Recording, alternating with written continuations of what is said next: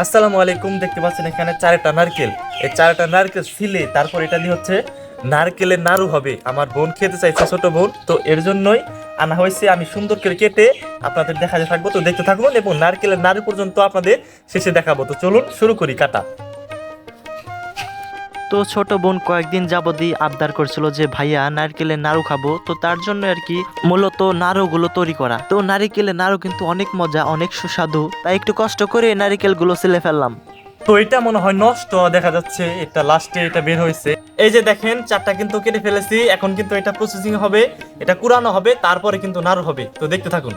তো এখন কিন্তু আমি নারিকেলের ভিতরের পানিগুলো বের করে নিলাম। তো আমি আশা করি না যে এত এত পানি হবে। দেখতে পাচ্ছেন গ্লাসটা পুরোপুরি ভরে যাচ্ছে, দেখতে পাচ্ছেন অনেক পানি হয়েছিল, আমি চিন্তা করি না যে এত পানি হবে। তো আরেকটা নারকেল নিলাম, দেখতে পাচ্ছেন সেটাই কিন্তু দুইটা গ্লাস হয়েছে, দেখতে পাচ্ছেন এটা ভরে গেছে।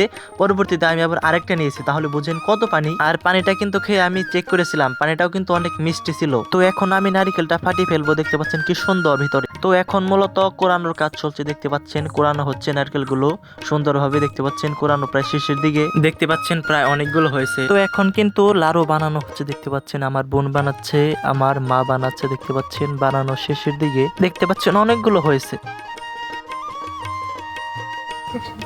একেবারে অস্থির, সেই হয়েছে, একবারে অসাধারণ মধু, একবারে রসমালাই রসমালাই। তো ভিডিওটি কেমন হয়েছে অবশ্যই জানাবেন। ধন্যবাদ সকলকে।